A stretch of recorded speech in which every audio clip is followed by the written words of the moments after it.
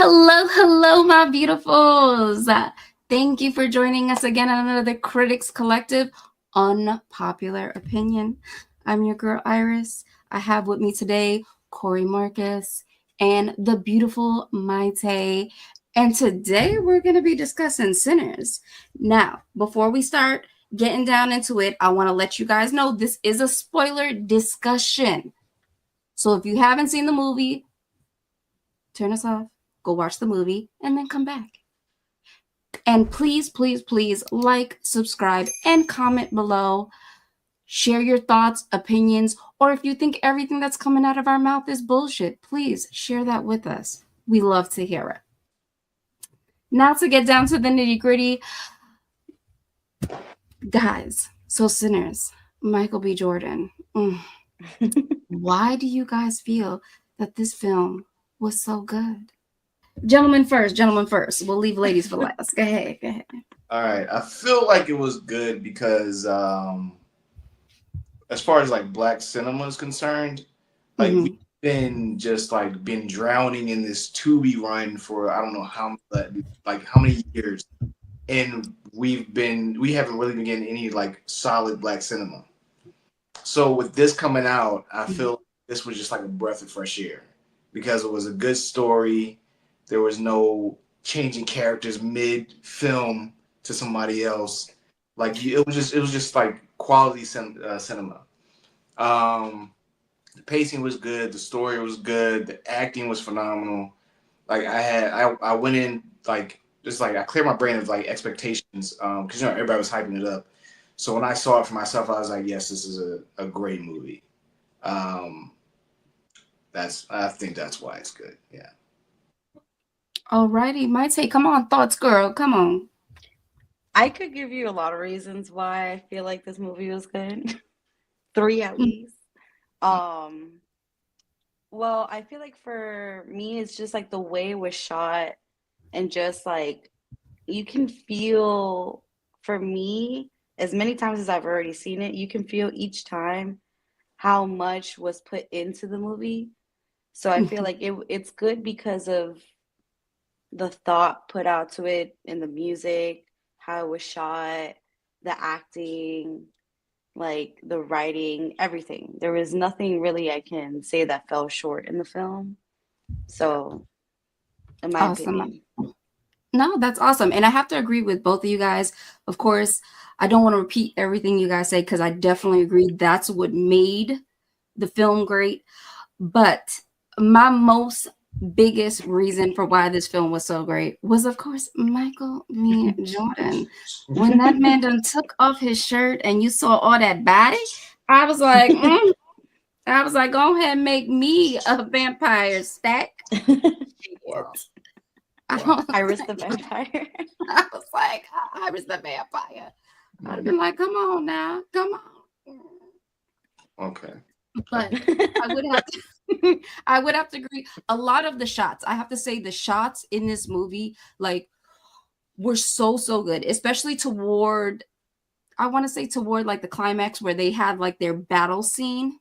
You know, when that stupid ass girl was like, no, bitch, shut up. But let me tell you, like, when you saw like all the fire effects and like you were jumping from character to character and seeing how everyone was being attacked, like my eyes, I was like, oh my god, what's going on? Who died? Who's still alive? Like, like I like that it kept me at the edge of my seat and kept me really active in that scene.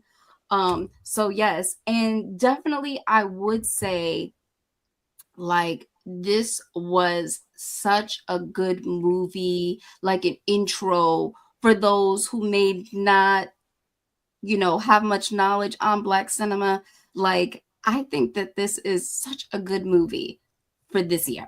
Like, with everything we have going on in the US right now, I think this was such a good representation of Black cinema, like on how good it could really be. And of course, not that Tubi shit.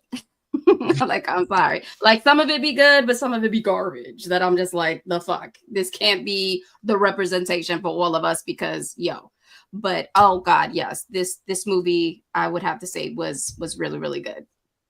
Okay, now to jump into, does this movie really qualify as black horror? Yeah, I think so. Why Yeah, not? Why wouldn't it? yeah, there's no debating that at all. Like this, like an entirely, well, predominantly black cast, and just like them dealing with the situation. Yeah, this is definitely black horror. Yeah, and it's still Okay. vampires. It's still horror. It might not be like serial killer or slasher, but it's still vampire. So Yeah, definitely yes. I could see that. And for me, I would say it's black horror, but it's more on the moderate side of horror for me, mm, because like I didn't feel myself being like, oh my god, I'm so scared, I can't look, oh my goodness, like, okay. because I felt it was more like action horror, you know? Mm, You see what I'm Hmm. saying? Like it was more like edge of your seat, like, oh my God, like, yes, get him, like, fight him, blah, blah, blah. You know, it I feel wasn't like like, oh my God, you're all gonna die. I can't watch. Like somebody the hold me. story was too powerful for it to feel like it was just horror. Yeah. That's Yeah. why. yeah. Like when I think of horror, I think more of like, oh my God, it's so scary, not more of like the drama, the action, us being the audience already knows what's going on and our characters are, oblivious to it. Um, so I would say yes, but as for horror, but on the more moderate side of it. And do you feel like, since we all agree that this is, black horror, do you feel that, does this raise the bar of what we should expect going forward when it comes to black horror films? Oh yeah, Yeah. oh yeah. Like it's Just movies in general. yeah. Like I feel like the sci-fi space needs more black movies because we're not in there that much. I mean, what's his name, Jordan Peele. He dropped a few, but the last two were just kind of like, yeah, he's just like, it was too filled with people trying to go like, oh, all the symbolism and messages. But this movie was Mhm. clear, clean and cut. This is sci-fi horror, and it was dope. I mean, yeah, it got symbolism in there, but it's not like, drowning where you just like you missed the point of the movie. Yeah. No, agreed. Mate, what are your thoughts? Wait, what was the question again? I was so caught up in the answer. I was like, it went a But different do you direction, think, do you think this movie like really raises the bar when it Oh comes yeah. to what we expect for future Like I black said, horror films? Like, even just like in movies in general, like not even just black horror or like anything in general. Like this movie hit so many marks in different aspects that we've never seen before, or at least me. So definitely it raises the bar, period. and I do agree with you both, but I don't think it just only raises the bar when it comes to, black horror films. I enjoyed the fact that even though it was predominantly, a black cast, Mm. I like how they incorporated other indigenous groups, such as, Asian, as well as Native American, and what really blew my mind is when they incorporated that, not just in the beginning of the movie, when you see the Native Americans, they already know about the vampires and they're, already trying to chase one. But during the point where you see Sammy playing for them at their little, what did they call it, a juke spot? Mm-hmm. When you see and how powerful and how deep and connected he is with musical roots, that it brought the spirits, as they said, from those from the past and those of the future, and they combined it in Yeah. that one brief moment. Mm-hmm. And I love the fact that I was able to relate because, like when it came to them incorporating, okay, hip hop, for example, like, yes, it is predominantly, you know, considered a part of Black culture, but people don't realize that it's also a part of Puerto Rican culture as well. Because when it first started, it actually started with Black and Puerto Rican together, you know, and some people don't realize that because, you know, it predominantly got taken over by, you know, the Black community, you know. So I loved that that part was incorporated. And then, you know, they showed a lot of, you know, African roots as well. And like some of the dancing and movements, you know, reminded me of my own culture when it comes to like what we call, you know, bomba, which is a dance predominantly mixed of like the Taino and slave, you know, back in Puerto Rico, and how their cultures combined.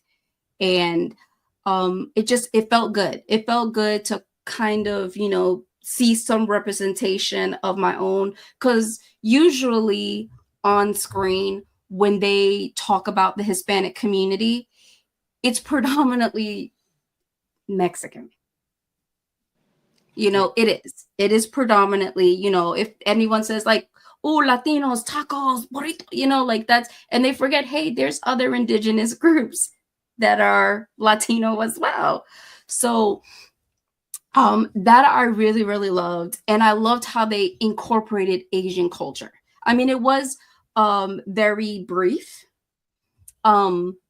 especially, you know, when you saw all the spirits, but it they gave us a little bit, you know, and I really like that. And I also really enjoyed like Hailee Steinfeld.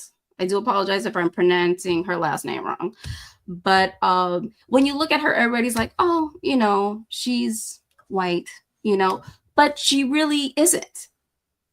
You know, she's Jewish on her father's side, but she is Filipino and African American on her mother's side. Yeah. So her character being represented as, yes, I appear white, but I have Black ancestry, is true to her. And I did do a little bit of research on how playing this role was personal for her, because, you know, she didn't know much about that part of her family, you know. So it helped her, you know, like get in touch with like, oh, you know, like, hey, I do have a Black side. It's not predominantly shown on my face, but it's there. So, you know, and there's a lot of people that you would never guess, like, oh, yeah, you have Black ancestry, because you can't tell, because as time has gone by, it's either been like, hey, we've mixed straight with white people, or we've mixed straight with Asian or Hispanic, or, you know, whatever. And, you know, as generations went by, you lightened up a little bit, you know? So, I do like that they had a little representation of everyone in this movie. Okay. So I feel like, yes, it's an homage to Black culture as well as other cultures as well, within the horror genre. Yeah. You know, so so how about that mid-credit and post-credit scene? How are y'all feeling about that? Corey, I know you said you didn't see the very, very end one. So I'm gonna start with my take on this one, on how she feels, and then we'll jump to you, okay? So the mid-credit, I feel like it did change if you didn't see that credit scene, it changed the whole ending for you, because you think that, you know, they probably died along with all the other vampires when the sun came up.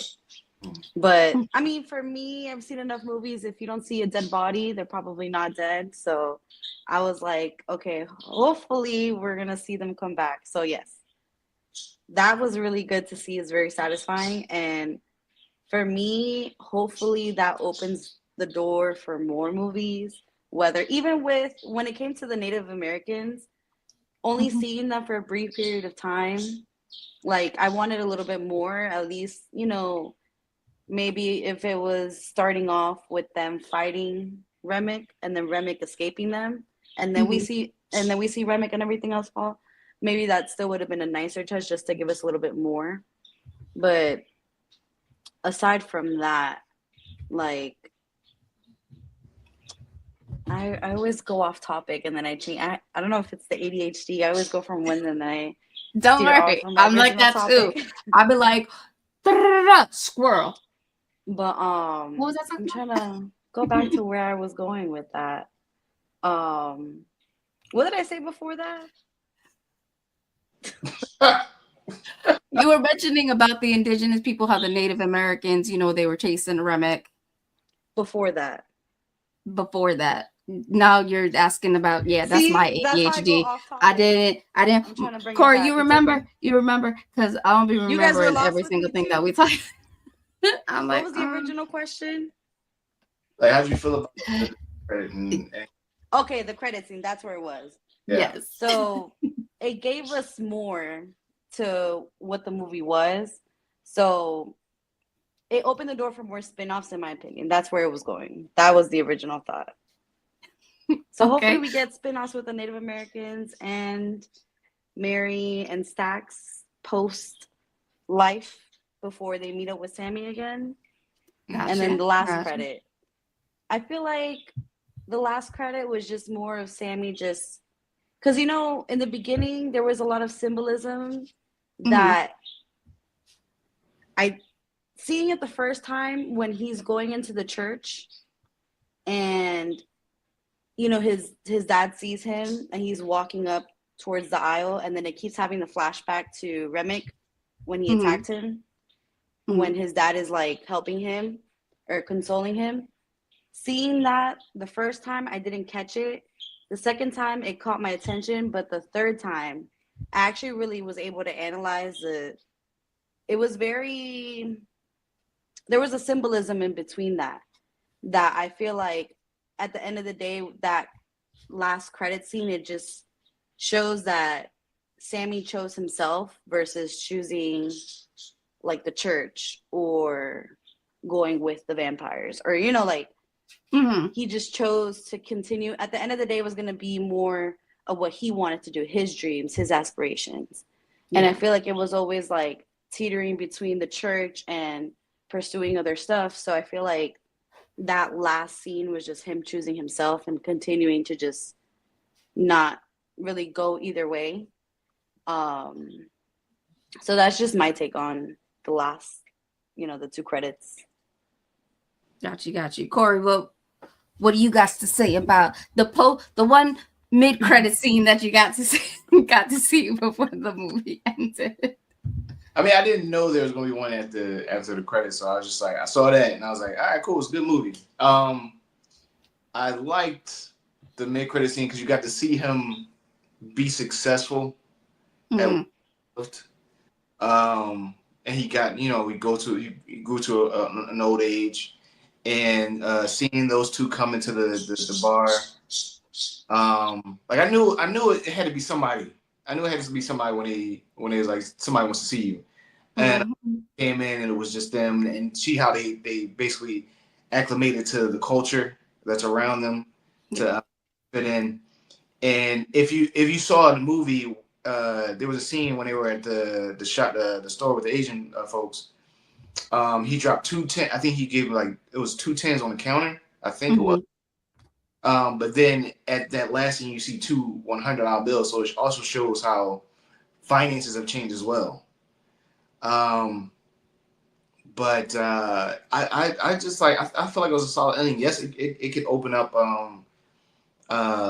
you said spinoffs with their story, how they came through the decades, the Native American culture, like how they were played a important part of that war against vampires. But I feel like it was a solid ending, like, to that story, to Preacher Boy.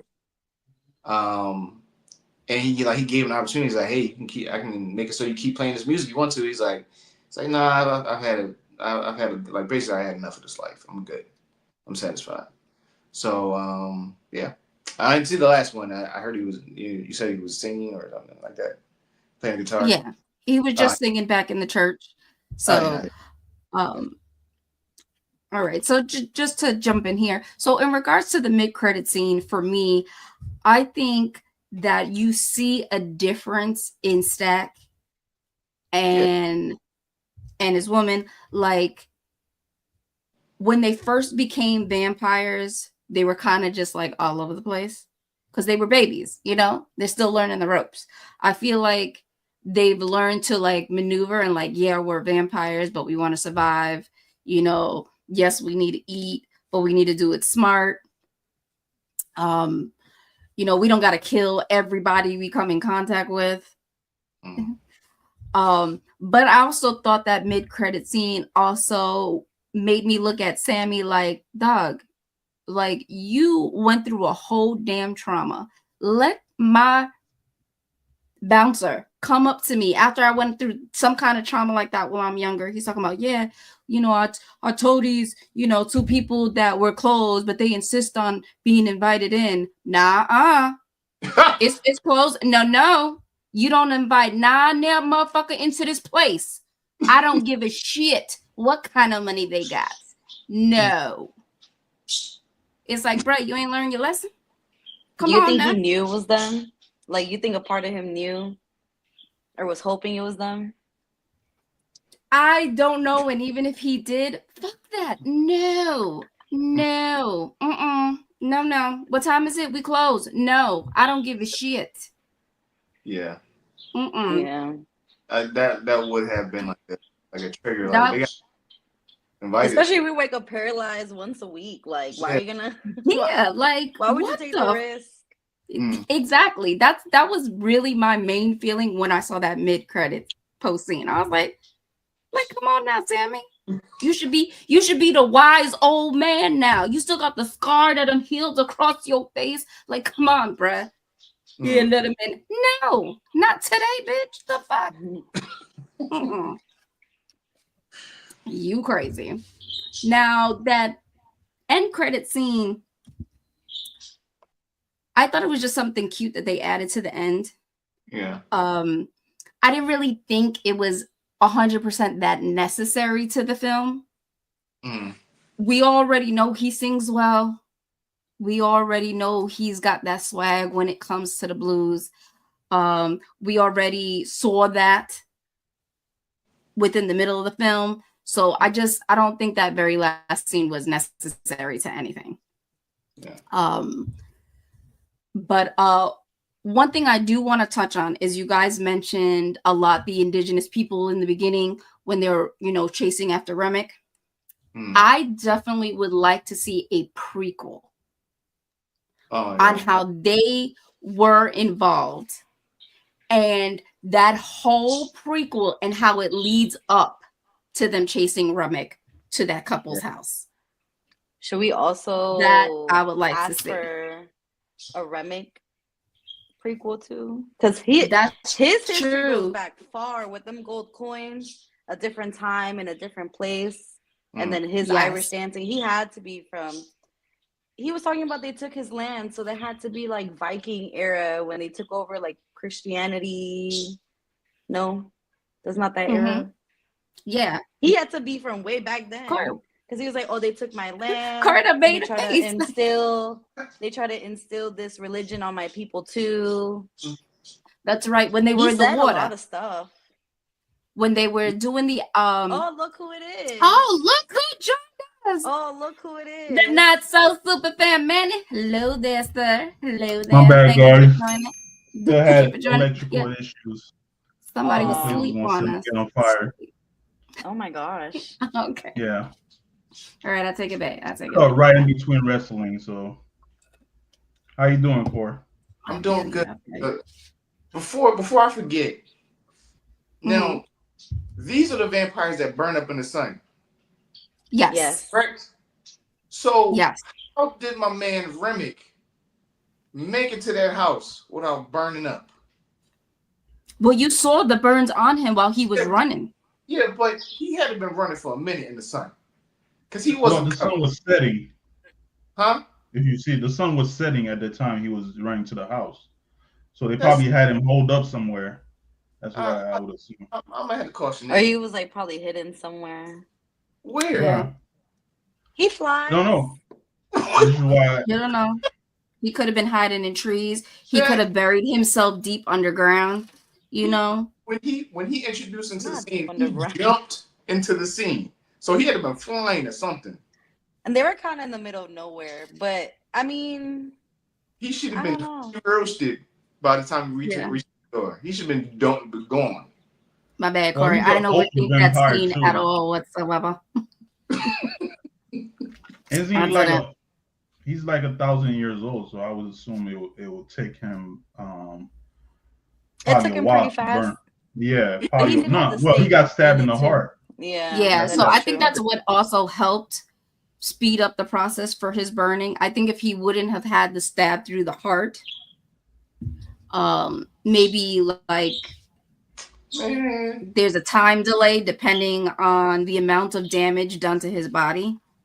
I feel like he's very powerful because he's the only one that was able to have red eyes. Now they Like had Yeah. I've No. seen enough Vampire Diaries where a lot of the powers there's a lot of implied powers that I don't think anybody has mentioned. Like if anybody has, I don't know if anybody's seen Vampire Diaries, Yes, but of course. the vampires can compel you to do things. And I feel like it was very subtle, but every time they flashed their eyes gray, they were trying to every time they were doing that, they were trying to convince them to let them in or to come out. And I feel like there was parts and times where they felt like it seemed like they were a little bit of a trance, and then somebody had to shake them out. So I feel like that was implied a little bit where they were like trying to compel, and they're also just turned within the same day. So none of their powers are going to be as strong as Remig's. But I feel like with Remick, he's probably like some type of like, it could be the age over time, or it could be that he's probably like original type of vampire that he's been just, maybe they turned him into it originally because, everything going on. Because he couldn't have been that way always. Mm-hmm. But he's the only one that only ever had red eyes, even after turning everybody. They only had gray eyes. No, I think it just happened to be midday and he was caught somewhere and he probably ran out in the sun. Because he did say they were holding, well, as per his story, they were holding him. But I think he was probably caught somewhere. He happened to be running. I understand what you mean as far as the power, like they could compel somebody. But even when they were out singing, what's called Pick and Clean, the song they were singing. Pick, Race. Robin, Clean. Yeah, Pick, Pull, Robin thing.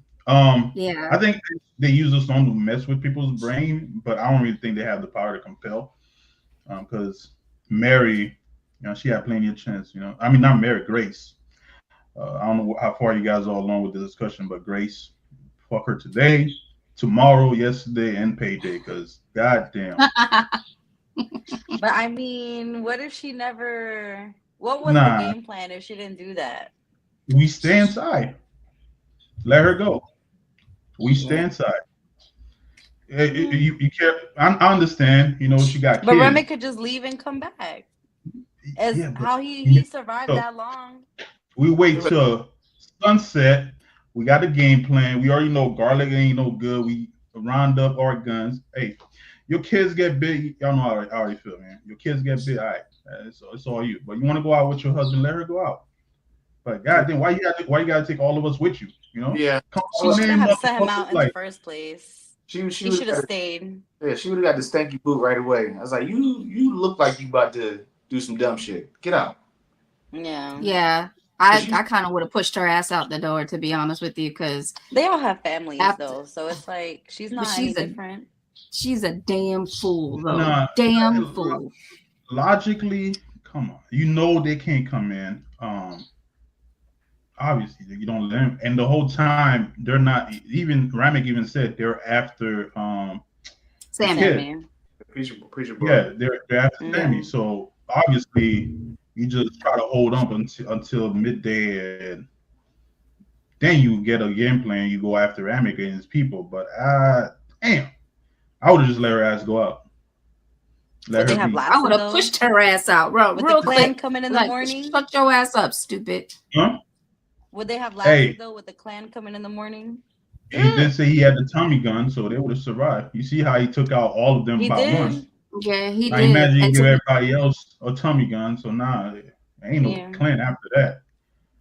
But that's not how it was gonna happen though. It was all gonna happen how you saw when Annie was doing her throwing the bones, like all of that was gonna happen no matter what. Like when it comes to spiritual stuff like that, as much as you try to change the future, what you wanted to happen, it's already set in stone. Spirits is telling her this is what's gonna happen. She already said, hey, if I turn, you need to kill me. Like I cannot turn, because she knows, like, you know, they share all the same memories. Imagine all the knowledge that he would have took, knowing her memories, all the hoodoo practices. That would have been so bad.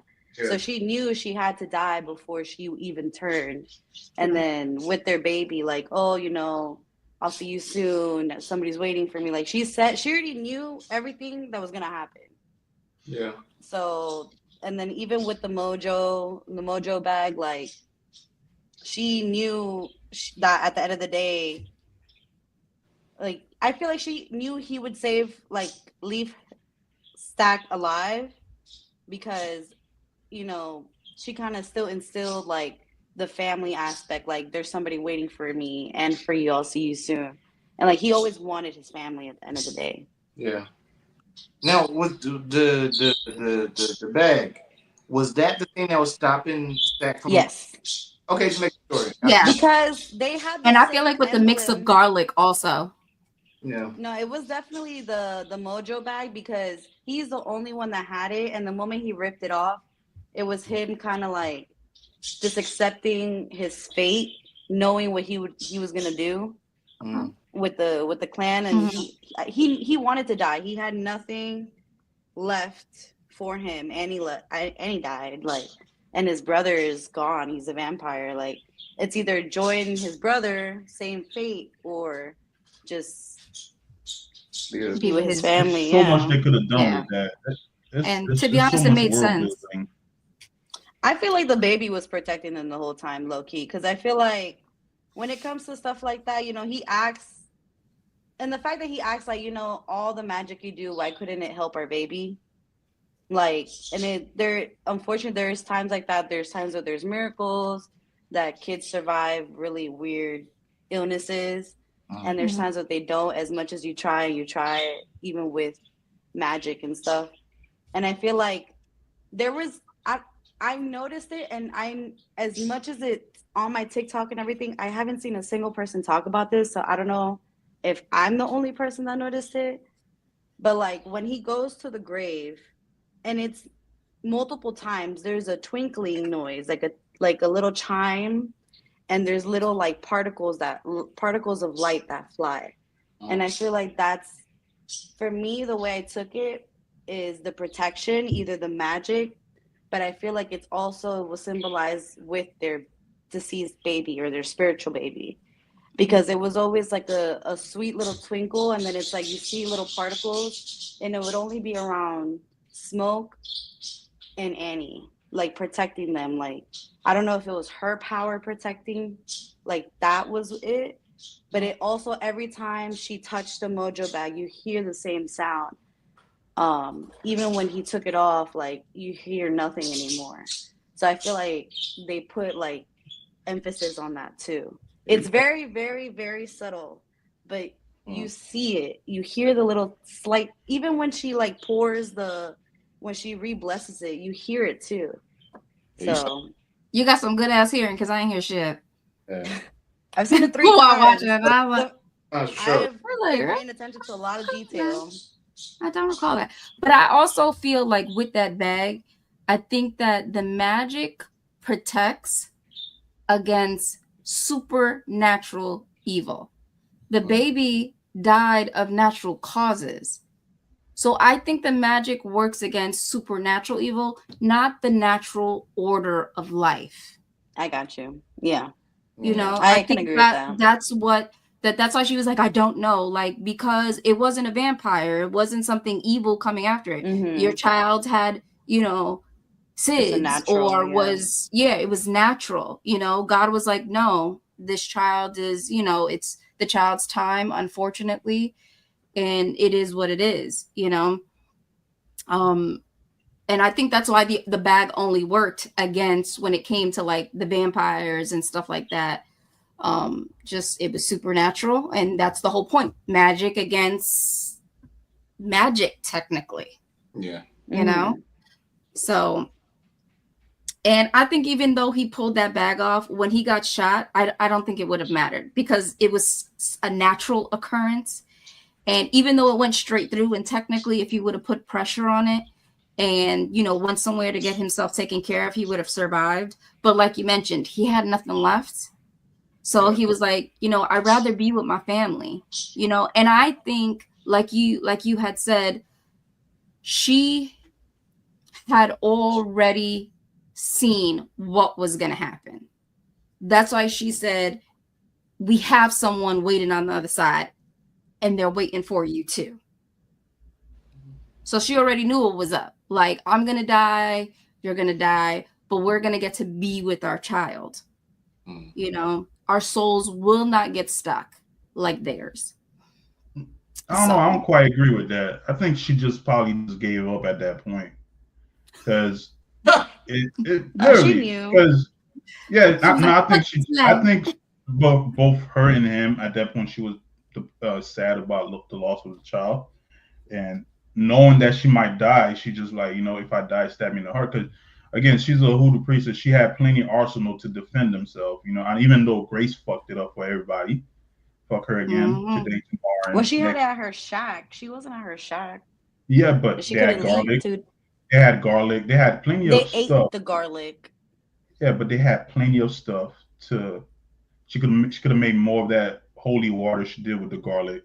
They had plenty of time. Boiled the garlic or something. The only thing that fucked it up was, again, Grace with her big mouth. Yeah, I really think like. I do agree with the fact that if she had turned, Ramek would have had memory of her power and, you know, and all that. Because the scary part, even when that kid was praying, they were all praying with him. That's scary right there, you know. Yeah. But I just believe that she just gave up at that point, knowing that, hey, I might die, and because I do think the whole the hoodoo pack that she gave Smoke did protect him, because remember he did go to war and stuff, and that protected him. I do think that protects him against like natural causes also, but I think he just again gave up. Like you said, Iris, he didn't have his brother anymore or his girl anymore. Plus, he lost his kid, so he was probably like, you know, I'll take my chances and go ahead, let it happen. And of course, Mate, there's a lot of background. If you pay attention to, there's a lot of background noises you would hear, especially when they're telling stories. Especially when he was telling the lynching story, like about his brother. You heard the whole. I was like, that's not the radio. There's no radio. He was playing music. I was like, yeah, I heard that too. But I wish there was more about the Choctaw, those tribes. Hopefully, we'll get a prequel or something as far as that. Well, yeah, I previously mentioned that. I think that would be a very, very good idea. We'll see. You know. He did his contract. What's his name? Ryan Coogler's contract that he has sole right to the movie after a couple of years. He gets the rights to the film, full rights. So we'll see. Oh, okay. Yes, okay, so we may get some prequels and sequels. I'm excited. As long as we get a little bit more, Michael. 5 years? No, he gets full rights for 25 years. Oh, 25 years? Okay. Yeah, so like. Oh, okay. That's a long time. They can make us a movie. Come on, Michael. I need some more Michael. Well, Michael B. Jordan's dead. No, because Stax is still kicking. Yeah, that's Michael C. Jordan, his brother. Michael C. Jordan. It's too bad. But That's fine. I still take it. I still take it. the what's his name? Delroy. He did a pretty good job. He was like the comedic relief for the whole part of the film. I enjoyed his part. Oh, Delta Slim. Delta Slim. Yeah. He was funny. But I thought he was gonna go out like Cornbread. a G instead of just having them all like eat him after he cut his wrist. I thought he was just gonna, probably had a grenade somewhere and blow up, but he just let them chew him. he just let them all chew it. That's it. But overall, I like the whole fact that how Ramick, I don't know if you guys talked about it, is how he correlates his Irish history with the African slavery and all that. Even the music. Yes. So yeah, the music when the Preacher Boy was saying, that part gave me goosebumps with the whole history, Fast and Future. That part had a little goosebump. Even watching it a second time, I still get goosebumps watching it. Every time they show like the ancestors, especially when I forgot the name, when the whole African with the mask start dancing. I was like, oh man, creeps me out. No, it was a very powerful scene. Yeah, I think that was it was one of the best scenes, I would say, in the movie that helps your audience relate to at least some part of this movie, at least culturally, in my opinion. One of my favorite things is every time there's something about to happen, that one guitar riff they play, I forgot, it's like dun, dun, dun. Oh, the gothic, vampire. I like that. Every time something's about to happen, it seems like every time something's about to happen, there's like a music number too. I gotta go see this movie again. Am I like the only one that's only seen it one time? Yeah. Well, I think you and I. No, I only got to see it once. Today? You saw it today? Yeah, I just got to see it once it was for my mom's birthday. Shout out to my mama. Happy birthday, mommy. First I saw it. So I definitely want to see this again. Oh, I'm sorry. Go ahead, Corey. Your mom? Well, my mom's birthday is right now. Just hit. You said what? No, Iris said her mom's birthday, but my mom's birthday just happened right now. Oh, that's so funny. Yeah, my mom was 420. 420. Your mom's birthday is on Thursday? Yeah, my sister's tomorrow. Oh, that's so funny. But I feel like what made that musical scene so good is because they did it in like a one-shot style, like just like going around the room. It wouldn't if you cut of different angles of like what's going on, but just traveling around the room and just seeing how it's transitioning from past to future and like how it's just like all intermingling in one space. That was really dope.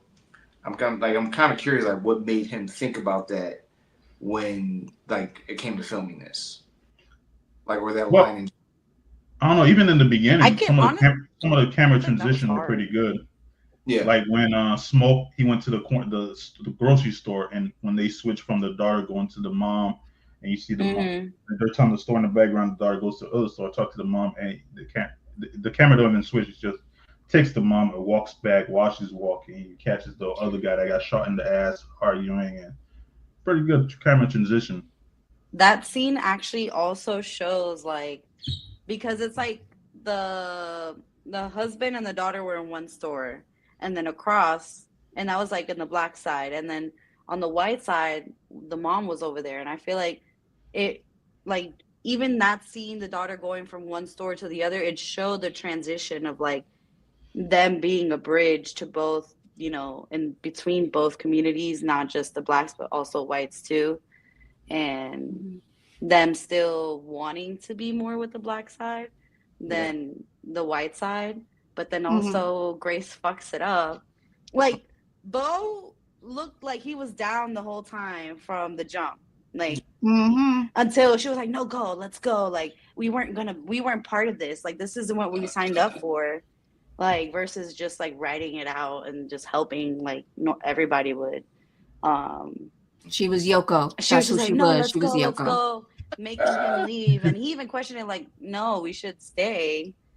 So I feel like it just showed their dynamic, because I feel like his skin tone was slightly darker than her. She was a little bit like more fair skinned than him. And I feel like she was in the water store and he was in the black side. So I feel like that also, I don't know if that was on purpose, you know, I don't know if that because of that too, but I liked how they showed that transition too. And even with like when they were leading up to Mary killing Stack, like even that transition, it was still very seamless, like bouncing from back and forth without like a sharp cut, you know? Yeah. It was one part, like looking back on it, like it was kind of pointless with the girl that Preacher Boy was into. Like Pauline. Yeah, she's like, oh yeah, I'm a married woman. He's like, are you a happily married woman? I don't see the point in her being married because we don't see. I think she lied. Yeah, like we don't see him at all. I'm just like, why are we mentioning this character that we don't see? Exactly. Like, yeah. I did see something online that they were trying to reference her being like a sexual awakening for him, kind of like that sexual taunt from the devil. But I really don't take it personally like that. I just feel like, I just think she lied. Like, you know, when you're getting hit on by a guy, you don't really, maybe she might have been flirting like, oh, I'm married, like, leave me alone. And he's like, you sure about that? You sure you married? You know, man. And then she still went. We never. Everybody in that damn juke joint was sinning. Movie title was correct. Everybody's a sinner. Everybody went in there to sin. That lady, adulterer. That's what she was. Yeah, that even what's the name? The other one, Hailee Steinfeld's character, Mary. Yeah. Oh yeah, she was married too. That's right. Yeah, they did mention that she was married. That was not happily though. Yeah, and she was like, I didn't want that anyway. Sin. She went over there talking about you can steal this pussy too. She was sinning. Yeah, that lady walked. They was now that you mentioned it, yes, I loved how blunt they all was. I was like, that potty mouth, y'all dirty they took mouth charge. Bitches. Women took charge this movie. I know. I was like, there. That lady walked 40 miles. 40 miles. He told the kid, I walked 40 miles and I'm sweating. That boy still went down there and ate it up. It was, man. That's right. That's right, because she was like, wait, let me wash. And he was like, wash? Girl, you gonna take off the seasoning. What you talking about? He wanted to. Just imagine. He was like, I'm gonna lick that sweat right off that. It was in there marinating. And that was on his top lip all night. And he didn't give a shit. He was probably like this all night long, dancing. Straight sour patches down there. What? I can't. And he was probably giving her the combo too. He was probably no hesitation. He was just like, no. He was like, give me shit. I was like, homie, nasty. Back in the day, he didn't have Nair, so he probably had to. Oh yeah, he was. Yeah.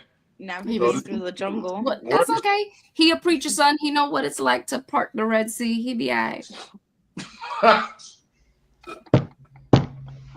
Man, like the wilderness is meant to be explored. They were sinning, so they were sinners. Yes, they were. Lord Jesus, hot mess. And my favorite part of that whole scene, after he got some, he was like, when Stack was like, he found the button. I was like, he sure enough did find that button. Yeah. It's like a Twinkie. He just took all that cream filling. The second time I went to watch it, this lady had like kids, like little kids with her. I'm like, this lady don't know what's gonna happen, man. Yeah. I can't talk because my daughter had to come with me, but I brought her headset and her tablet. And anytime a situation got to that point, I covered just in case she looked up. But I had that headset blasting, boy, because I was like, no. I can't leave your ass nowhere, but you ain't watching this. Yeah, I Stop don't know poking what in the Ryan. eyes and shit. Not Ryan poker Coogler eyes. was on something with those No, I babies. wouldn't do that to my baby. I'm joking, guys. I'm joking. I wouldn't do that to my baby. Okay. But yeah, so I made sure she was not listening or watching, had that headset going, because I mean, I had heard there were some scenes, but I know there was gonna be scenes like that. I was like, oh, what came out of her mouth? Did she just say the C word? I was like, oh, we do not say the C word. Oh my God. When he went to go pick up, when Stack went to go pick up their bouncer for the night, yo. Oh, yeah. That The shit wife. killed me because the wife didn't even give a crap that he was disrespected. She was like, he right. I will suck.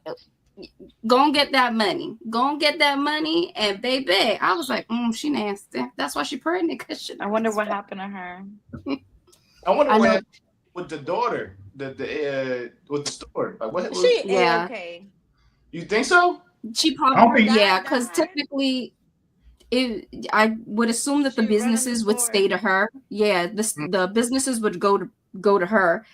And technically it was like what, the 30s? She was like what, maybe 16, 17. So during that time period, she was already kind of considered still young but grown enough. Mm-hmm.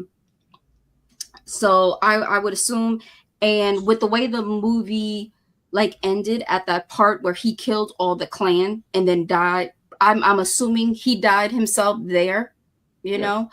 Sure. They probably just wrote it off as a clan issue. Like it was the clan, the clan against them. They killed each other, and you know that's probably how they wrote it off. The bodies? Yeah, they probably like, yo, like your parents got killed by the clan, and then Smoke went nuts and killed all them for killing his people. Yeah, you know. Yeah. So. That's. I mean, that would be the. Well, only it's not just her. reason. It's Mary's husband. What's the other lady's husband? The husband will find another wife. Yeah, but Lisa will never have her parents. Yeah, she'll never have her parents. I feel like. I think it's fair enough because of what her mom did. All right, it's fair enough. She'll be like before Smoke. She got two stores now. Plan. He had to like give Sammy instructions, like tell Lisa what happened or something like. Nah, she went straight to the fire with her husband. Yeah, but she went to kill. She went straight for her husband. I don't think there was enough time. I wouldn't go to a kid and tell her. I'd be like, your mama got a big ass mouth. She got everybody killed. That's what I would tell her about. Well, I mean, technically, her stupid ass would have survived if she wouldn't have stayed there. Freaking after she stabbed her husband, just stayed there screaming in the fire. Like, you literally let yourself burn to death. You stabbed your husband. My ass would have jumped in the car and ran. Like, y'all got the rest, right? I'm out. Was that her husband? Yeah. Well, I feel like I saw him in the. It was her husband. It was her husband. Stabbed? Yeah. And then was on fire, and then she was on fire on top of him. I'm like, dude, stop, drop, and roll and keep it pushing. Yeah, she killed just her husband, which was kind of selfish. It's like, if you wanted to just kill him, you didn't have to invite them all. Yeah. Like, you could have done that on your own. Yeah.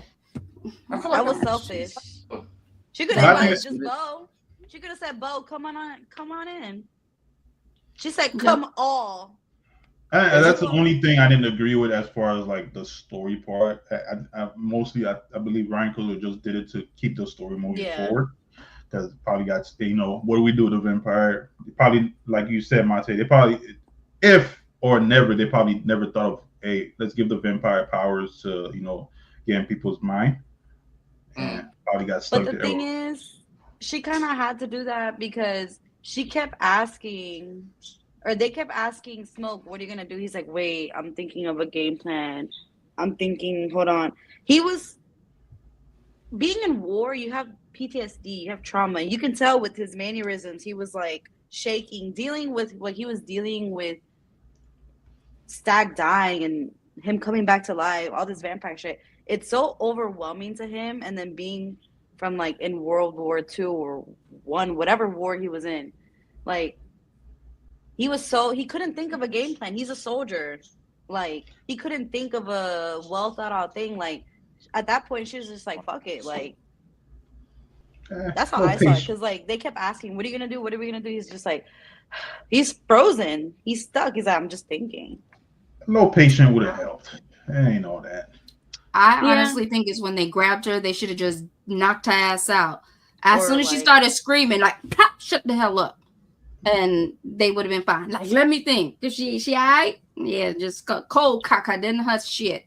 And we, or just you know, throw her then out. the movie would have went in a different direction. But, you know. Yeah. It's like, how fast were these vampires moving to get everybody that came out of that spot? Because it was a lot of people. But the thing is, you saw how fast Remick was moving.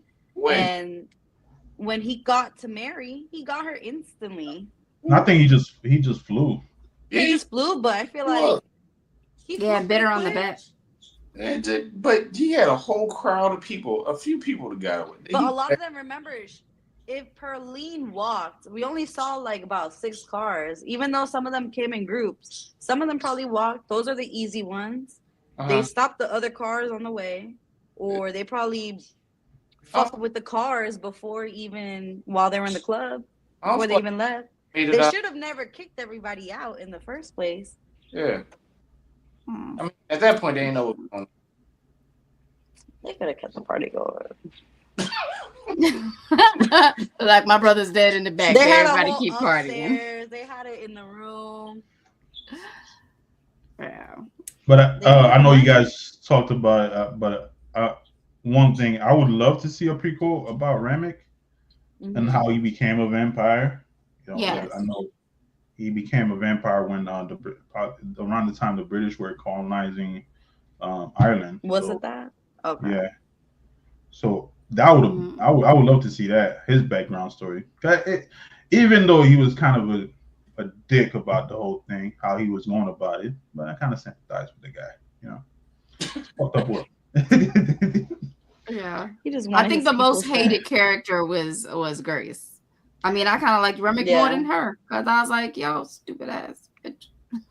Not that Remick was justified, you know, but yeah. Well, what do you guys think about Mary, like, initially going out, getting bit in the first place? Well, remember, she was just trying to help. She was trying to help. Know. She didn't mind her business. Why he didn't let her? Why he just let her go by herself? Remember, during that point, Smoke was mad about because they weren't making enough money. They were letting those guys like paying like wooden coin. So at that point, plantation money. And when Smoke showed Stack their where their numbers were at, they weren't where they were supposed to be. And he said they had about like 2 to 3 months until they're out of hard cash. This was one night though, like, you know what I'm saying? Like, it's just projections. It is, but I'm saying to really act on it, like, oh, we need this money right now. Like, she was very adamant, like, oh, let's, you know, they were trying to kind of feel them out. That was the whole point, to get them to come in and spend money. So, like, did they really need it that bad on the first night? No, they could have just took the L and then rearranged some other stuff, you know? Like, I would agree. They could have. She didn't have to go out there in the first place. Like, they were already iffy about them in the first place. Like, what, they should just listen to Annie. But you got to think about where they're coming from at that point. Back in those days, you know, you got slave money, white money. You know, it was day one. It was literally the first night. Even so, there was a foreshadow when he there was a lot of foreshadowing. I noticed that when he asked to go to drive the car, he's like, yeah, on the way back. When he's like, oh, how fast can the car drive? He's like, you can drive it on the way back as fast, like basically as fast as you can or want, which he ended up doing by himself. Also, when they went to go pick up Delta Slim at the train station, like, he's like, oh, I'll pay you $20 for the night. He's like, yeah, for tonight. I don't know if it's going to be there tomorrow or the next day. I've been performing at this place for 10 years. It's always been there. It's always going to be there. And he still went, and like he said, the juke was only there for one night. Like, he foreshadowed it in the sense of, like, you know, you want me to go so bad, but how am I gonna know it's gonna be a hit? And like, even with the projections, like it was just the first night. They would have had more nights if they didn't try to push it so hard the first night, in my opinion. No, But But right. obviously, then we wouldn't have had a movie. everything still would have went down if Mary didn't go out there though. How? Cornbread. Oh, probably with cornbread, yeah. Yeah. And he went out. But the thing is, and they they didn't would even have. let cornbread in. They would have let him in because they wouldn't have been on those like. They wouldn't have been weirded out about the situation. And they weren't there for Preacher Boy in the first place, so I don't think they would have left until they got Preacher Boy. Yeah. So That is true. Yeah, Cornbread would have came in there and just started. See, that would have been a whole different movie. Grace would have never had done what she would have done. Maybe the twins might have been alive. I mean, they didn't. Or maybe they all would have just been 8 because he would have been invited back in and everybody would have been turned. And then we would have had definitely a different movie. It would have turned out the way the vampires wanted. Yeah. Exactly. Yeah, but there's a they lot of. just let him right in. Well, maybe not with just one person, though. Because they would have obviously, you know, Mary, she was in and then left. And then Stack, when he turned inside and then ran out. Yeah, that's true. I don't know why. So that was weird. What? Did he need to be invited back in? So once he left, him being able to be inside ended, and then it reset because he left? Yeah. He was never invited, I think. But I feel like with Mary, I guess her too, because she was originally invited in. Yeah, she was. She was invited. So she could have just came in, no? So I guess it did reset. Because she was like, so. Are you going to let me step out? So she came back in. But, no, it would have been Oh, we lost him. We lost Corey. His phone might have died. Oh, wait. Wait. Here we go. Here what we happened? go. Corey done came back. You done disappeared. Your phone died. No, I went backstage and then it came back. For some reason. Oh, okay. That's weird. That's weird. Oh, are you going again? No, I had to check and see if I had. Okay. But you were starting to say something. Technical difficulties, guys. With this lore, even at the beginning, you know, how they start off with the drawing in the beginning, I would love to find out if they ever do like a sequel or a prequel. How she said the hate, because she thought they were vampire at first. Hate. I would love to see. Hate's part. That's right. But one thing I liked about this is they kind of hinted vampire throughout the story. There's this one scene where they're like the camera's like panning off to the tree and you see the sun and you see a lot of another flickering light, like 2 eyes are looking at you. And I like how the vampire's eyes are like they're like stare at you at night. It's like just glowing like animal eyes and stuff. So pretty much like that. But I would love to see what the hints are and the lore. There's a lot of world building there that Ryan Coogler could go and do stories on that I think a lot of us would agree to, like we would want to see, you know, the Choctaw backstory on Ramek, future story on what with Smokes and Stacks and Mary. So there's a lot. I would love to see something with Annie too, and like her hoodoo priestess journey too, like, you know. Yeah, that would be nice. That would be nice. I would definitely like to see that, and how, or even a point of how it leads up to how her and Smoke's, you know, child passing, you know, or like her protection, you know.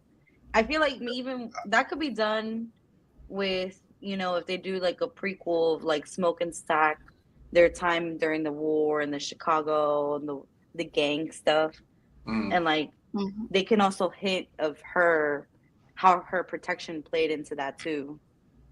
Yeah, that's true. Nice. That's true. So it'll focus more like on the witchcraft aspect leading into Smoke and Stack. Okay. Yeah, I could see that. That wouldn't be too bad. That wouldn't be too bad. She sounds good, antagonist. but I don't know how I would feel about them going away from the whole vampire lore for a while. Yeah. How would that feel? That would be like a spin-off, like, you know, I think, we have Conjuring and then there's Annabelle. We can Yeah, have but- like the vampires and then the witchcraft. yeah, but like, I don't think there's much she did with her witchcraft, because it seemed like it was more like medicine. From what witchcraft. you saw or what you think. But a lot of that culture, a lot of the stuff is behind the scenes. Like, you don't see, there's only so much surface you see with that. Everything is it's shadow work, it's spirit realm. Everything is very in a different dimension, you know? So we won't see that unless they show it. Yeah, and it also depends on what type of voodoo priestess she was. Like, not every, like, from what I've seen, it's not like everybody's power isn't the same. No, but I mean, like, everybody's power isn't the same.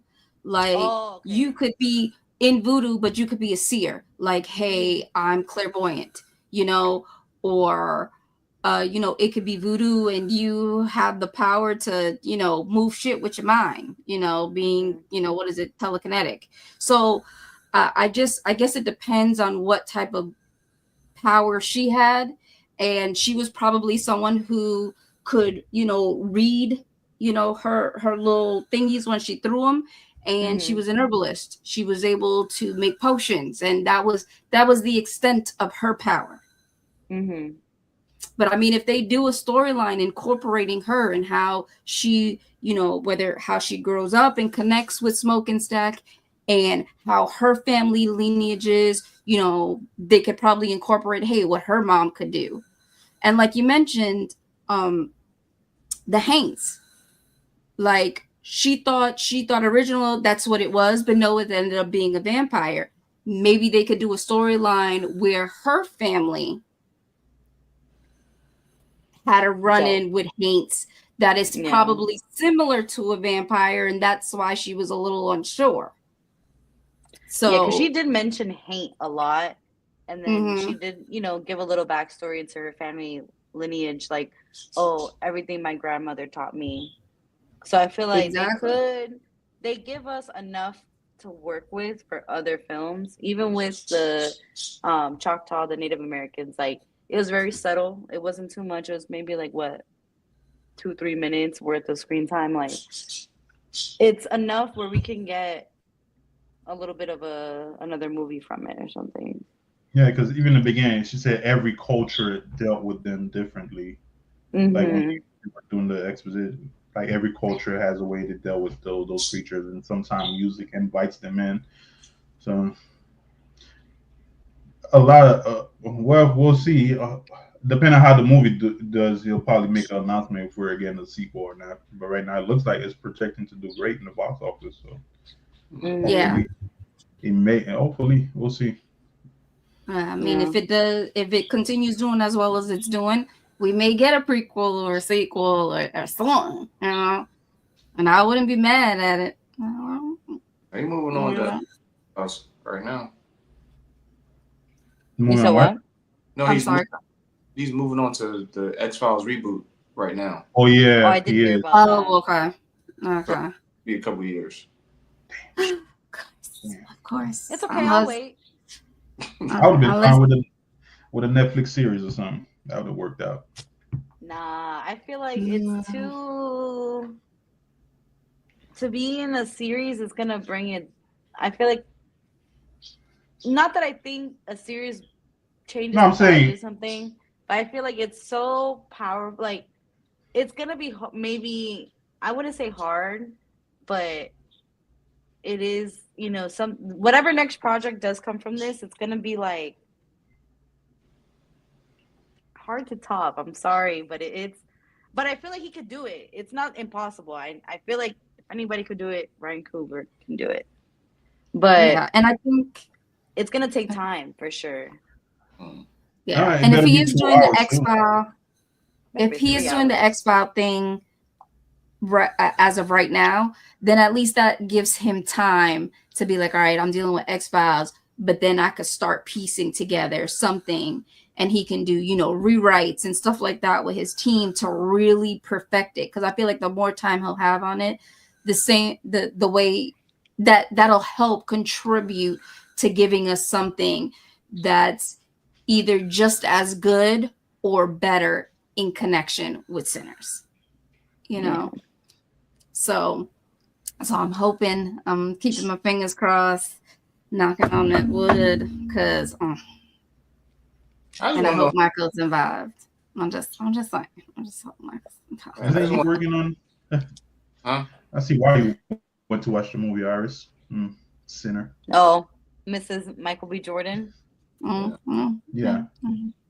You know, I could imagine. You know, somewhere in the multiverse, I'm having the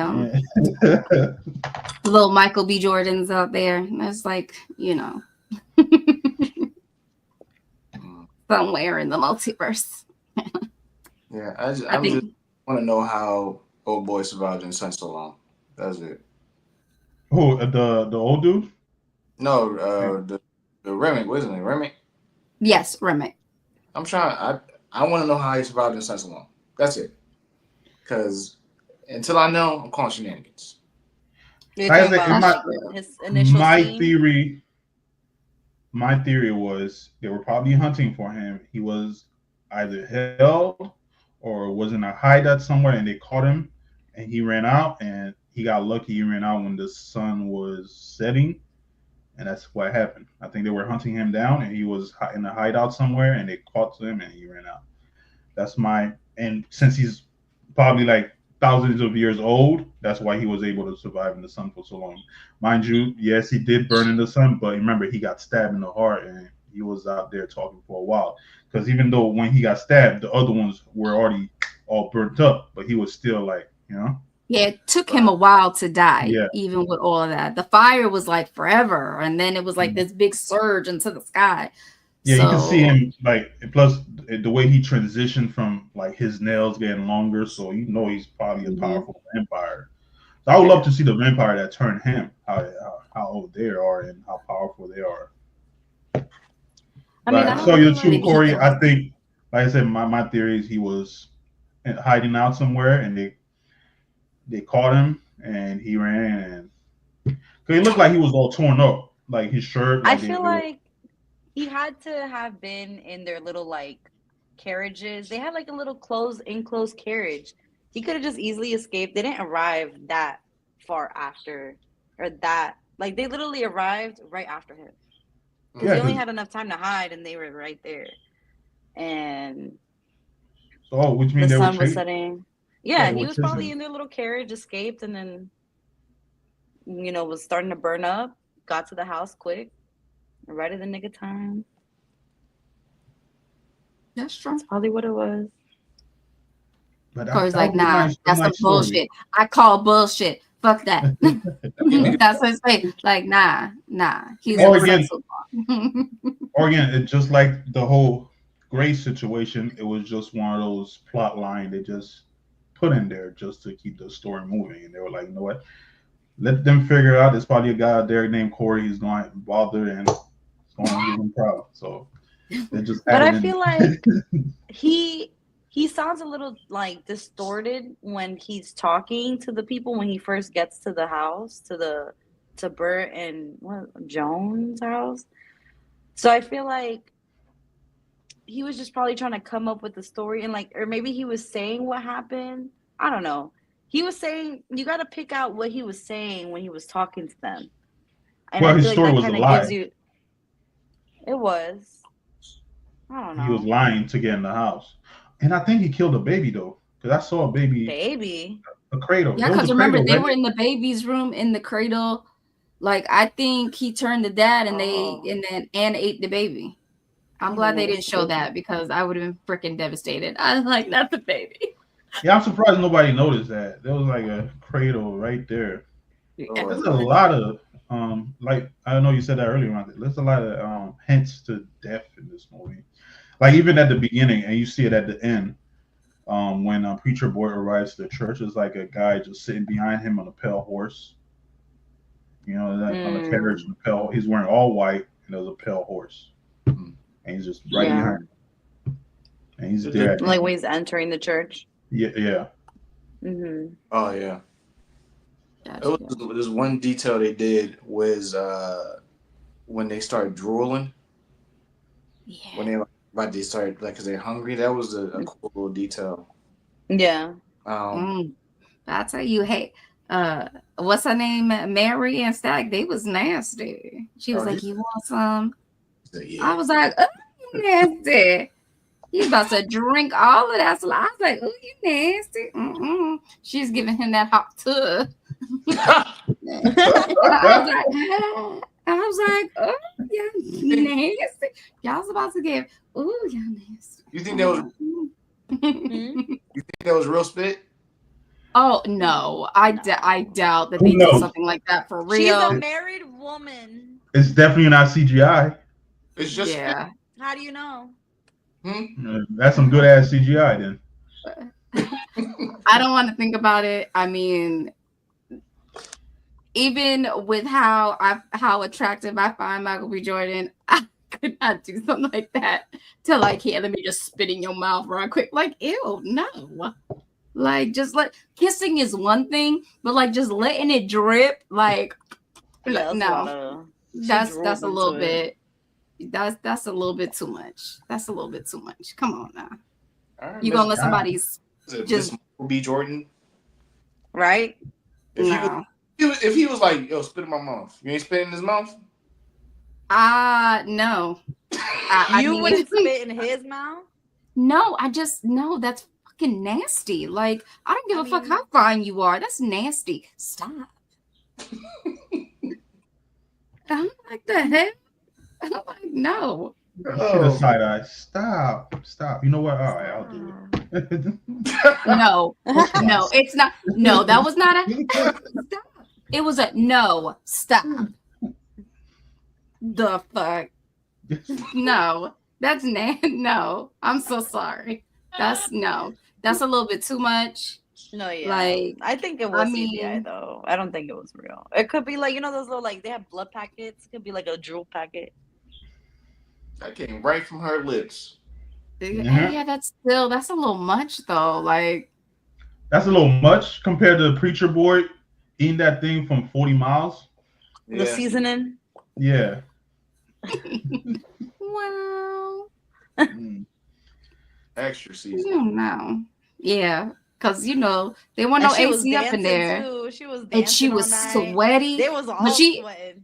But you have to give her some props because she was like, no, let me at least go wash. You know, like, damn, we've been on a dance floor. Like, I'm sweaty. Hell no. He was like, she did that. She was already like legs open and all. He won't mad after. He was like, I want that stank. I want that stank. I want to be walking around here. Like, could you just like no.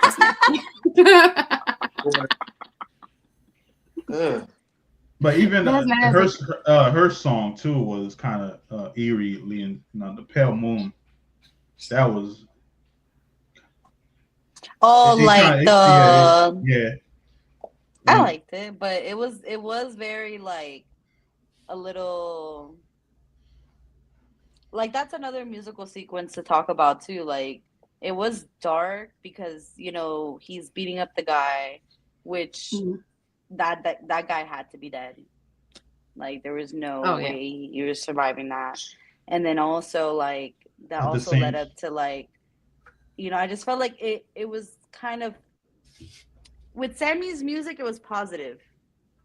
You know, it brought everybody together, and hers did too.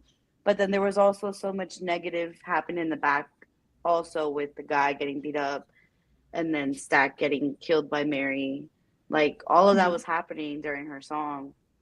But so it's like I feel like Sammy's song was that positive because if you listen to his lyrics at the beginning, he was basically apologizing to his preacher dad that he wants this life. No, I'm not saying about the lyrics. I meant more of like the influence of it. Like they still both brought everybody together dancing, but like, you know, he was bringing out all the ancestors and the spirits.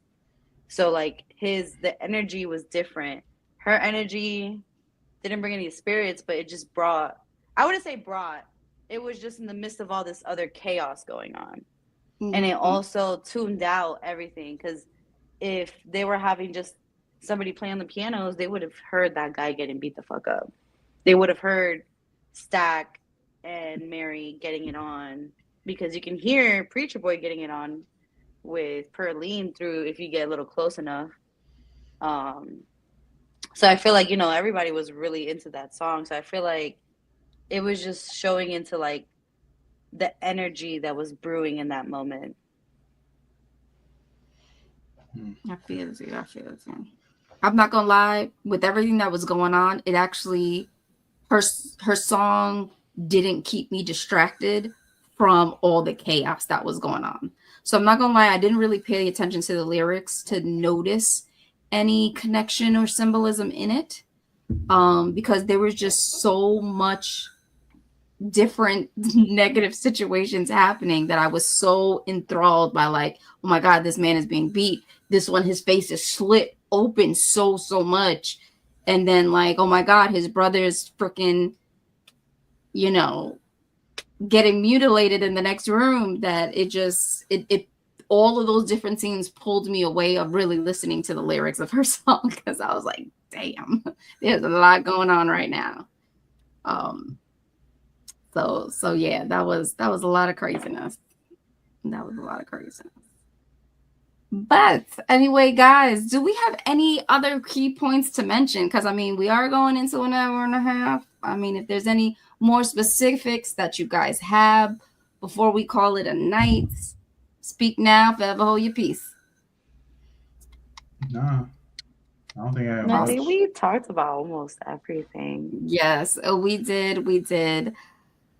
So just to bring us down into a conclusion, once again, thank you everyone for joining us today, especially if you stayed for the whole thing, for the hour and almost 30 minutes that we were talking about this movie. Please comment down below, share any points or any feedback you have for us in regards to Sinners, or if you're just like, y'all just talked a whole bunch of bullshit and y'all don't know what y'all talking about, please share it with us. We like to hear it. Thank you, everyone. Like, subscribe, and like I mentioned below, comment down below. Everyone, have a great and awesome night. Thank yous.